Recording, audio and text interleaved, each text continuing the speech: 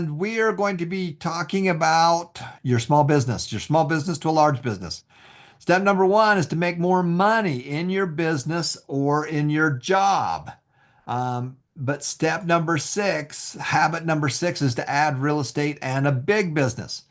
And the difference is if you've got a business and all you're doing is working in that business, well, that's a job. That's no different than just a job. But if you are up a step and you have multiple ways of doing that, you have different employees or different partners and stuff like that. Well, now we're trying to grow that business. So we're going to be talking about that. And again, this is all from our friends Steve and Betty Gibson, who created the Academy for Creating Enterprise. And you can go to the-academy.org or .com and see all the wonderful things. They've got about 1,000 face-to-face, toe-to-toe chapters all over the world. And we love what they do. And so we use the digital side of it. And then if you have the ability to join a chapter, we highly recommend it. All right, let's bring Kurt in and let's talk about the rules of thumb. Be nice later.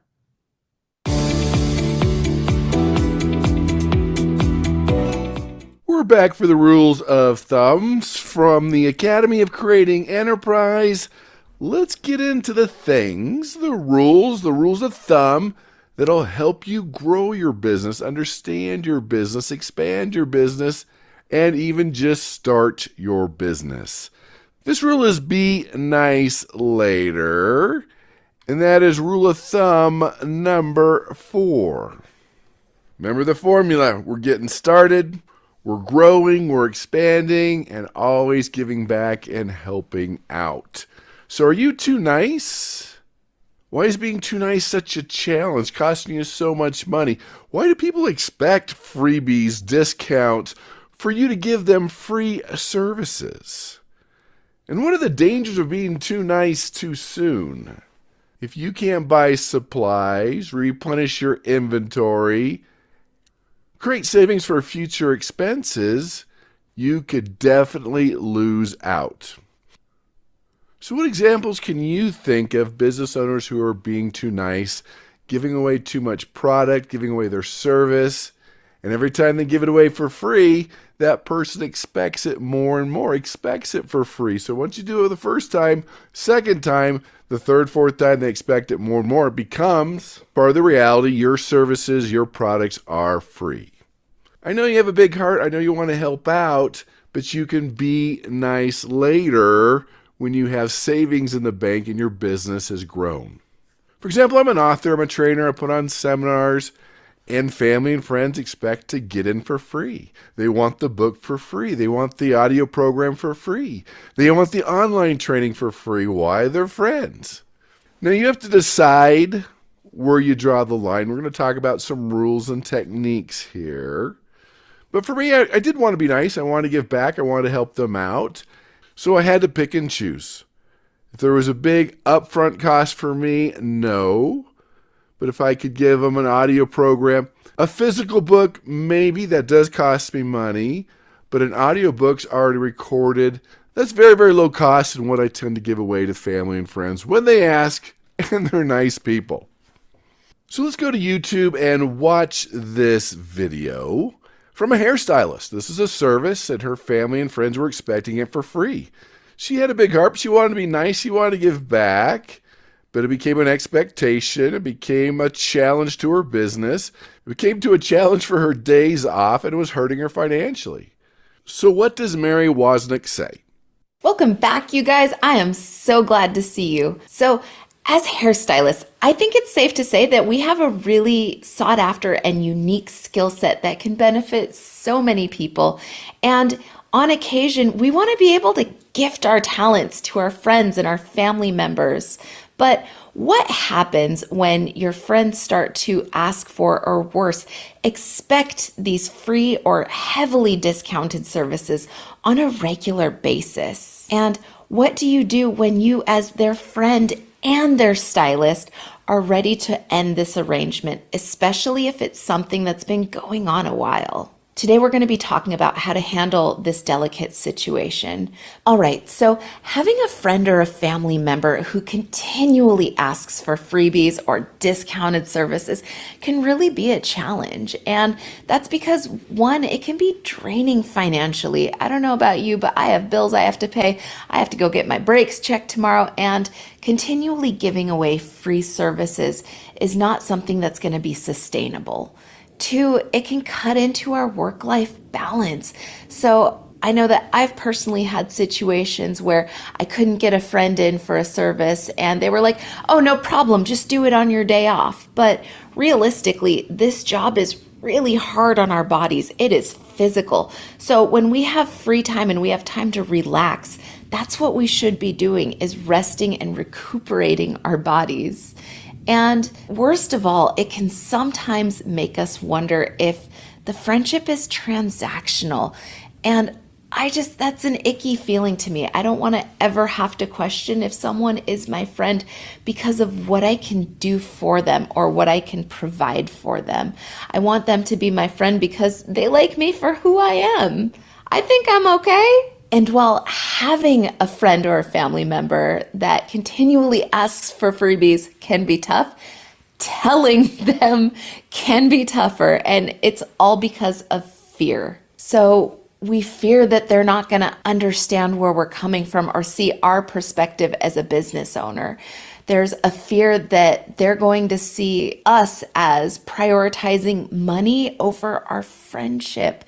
And ultimately, it comes from a place of fear of damaging the friendship. And when it comes to talking to our friends and our families about this, especially when we've let it go on for a long time or longer than it should have gone on, it can be really, really tough to approach the subject. So when it comes to approaching a sensitive topic like this, we want to approach it with honesty, empathy, and good communication. Again, it's good that you're being nice. You can be nice later. It can really hurt your business as you start your side hustle, start your business, grow your business.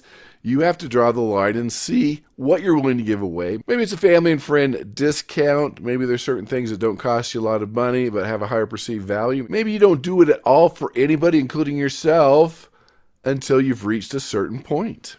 It doesn't matter if you're selling from a store, have a fruit stand, hair cutting, tree cutting, massage service, whatever it is, those expectations come for free. I see this with the family members that's the dentist. Hey, can you look in here? Can you check this out? They're like, come to my office. Can you do this? Can you pull this for free? Doctors go through the same thing. Doesn't matter who you are, people at times expect, and how you deal with those expectations can really help or hurt your business. And I love what you said at the end. It's all about just being honest, still being empathetic and understanding why they would want something for free, and let your family and friends know you're treating them all the same. So let's get into that expert advice. Let's talk about the Good Samaritan from the Bible. There's some things we can learn here. Go back and read it if you don't remember it. Bottom line, you have two people, the Jews and the Samaritans. They didn't like each other, but there was a shortcut through their town. And it wasn't the safest of all trails. Someone got beat up, left for dead. A couple people went by to check him out. They left, wouldn't help out, but it was the Good Samaritan who came to help out someone that was a perceived enemy. Let's talk about that story and take a deeper dive on your own. But understand the parable of the Good Samaritan teaches that although we should be generous with what we have, our greatest responsibility is to take care of our own families first. The Good Samaritan was clearly a nice person. He offered significant assistance to a man whom he did not know and from whom he expected no repayment or thanks. The Samaritan took the wounded man out of the dangerous situation, paid for his medical treatment, and arranged for his temporary housing and food. We all know that part of the story, but we often fail to see the message behind the message.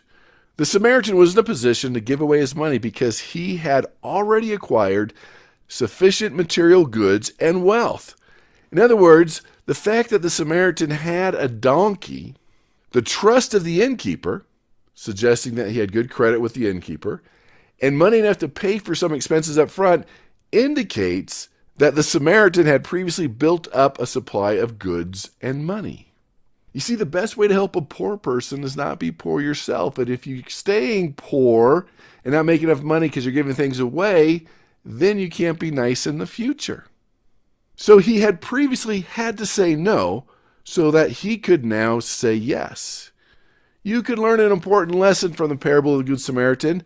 Businesses need capital in order to grow and become more profitable.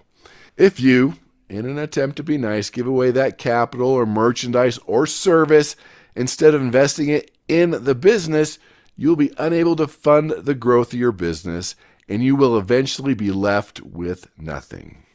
If instead you can learn to tell friends and family members no in the beginning, you can eventually use your business, increase capital, produce more wealth, and more opportunities to help others.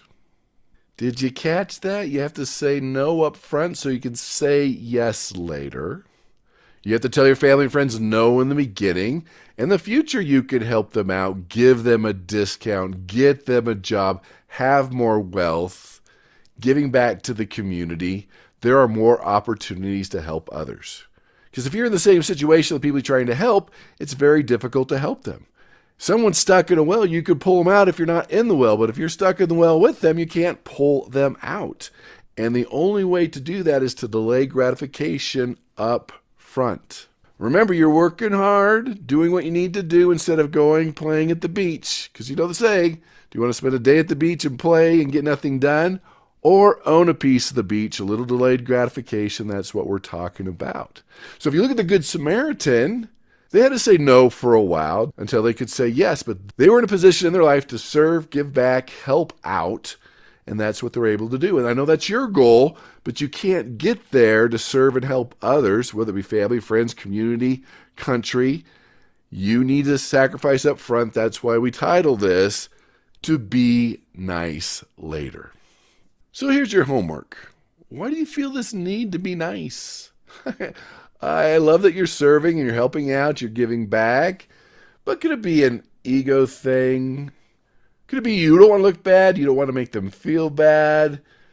Whatever it is, identify it. And it could be a great thing to serve to help out others, but once you've identified why you need to be nice, then we can come up with ways to get past that, where we can be more honest with them and ourselves, and we can have better communication.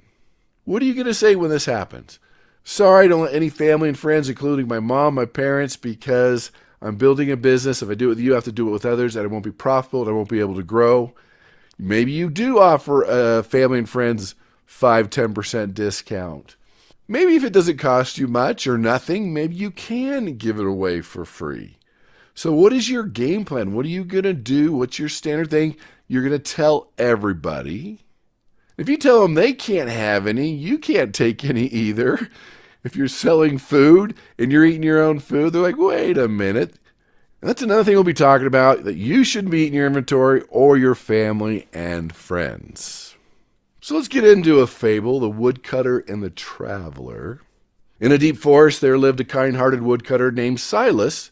Silas was known throughout the village for his generosity and his inability to say no. If a neighbor needed firewood, Silas would gladly chop down an extra tree. If a traveler was lost, Silas would offer them shelter and food. One day this mischievous and weary traveler approached Silas and said, "Good woodcutter, I am lost and weary. Would you offer me shelter and a meal?" So Silas, unable to refuse, welcomed the traveler into his home. He, however, was not a traveler. He was a trickster, intent on exploiting Silas's kindness. He said, "O kind woodcutter, I am also very hungry. Would you mind chopping down that large oak tree for me? I need its branches for my shelter." Silas, despite his growing weariness, could not bring himself to say no. He spent the entire day chopping down the oak, leaving the wood pile untouched. The next morning, the traveler returned. His demands kept growing. "My shelter's too small," he complained. "I need more wood. And while you're at it, would you mind fetching me some water from the spring? It's pretty far, Silas, exhausted but unable to refuse, spent the day fetching water and chopping wood for this ungrateful traveler. Days turned into weeks, weeks turned into months. Silas, worn out, had neglected his own needs, struggled to provide for his own family. His own wood pile dwindled. His fields were going to waste. His home was falling into disrepair. Finally, Silas realized the error of his ways. He had allowed his kindness to be exploited, leaving him with nothing. From that day on, Silas learned to set boundaries. He learned that while kindness was a virtue, it must be tempered with self preservation. He learned to say no, not being mean or out of malice, but out of self respect and the need to prioritize his own well being. So, what's the moral here? It's great to be kind, it's great to give back, but you have to set up boundaries, especially when you get your business started. That you're not giving things away, that you're hurting your inventory, that it becomes an expectation for others. Because when your generosity is unchecked, people can exploit you, can harm you, even those that care about you.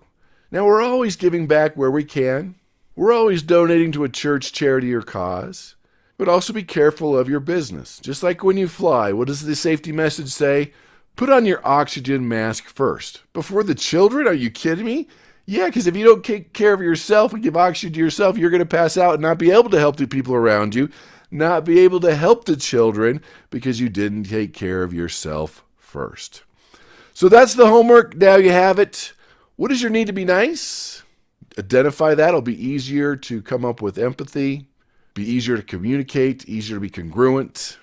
What will you say? Treat everyone the same. It might be no for everyone or a discount for everyone. Be very careful here. Probably the easiest thing to do is just say no up front. And of course, what is your game plan as you move forward? Maybe when you're profitable, maybe you can set aside a certain percent to give back and to help your family and friends. There you have it, the rule of thumb to be nice later for the Academy of Creating Enterprise. Put this into action. Do your homework and let's grow that business. Thanks, Kurt. And again, a big thanks to Steve and Betty Gibson, who are the founders of the Academy for Creating Enterprise. Wonderful organization. Go to the-academy.org and you can see they've got well over 100,000 graduates. They've got, I don't know, 30,000 businesses that they've started and helped people to really get out of debt and to have a better life. And so we love what they do. And so that's a great organization. Search them out. And if you live in an area where they're at,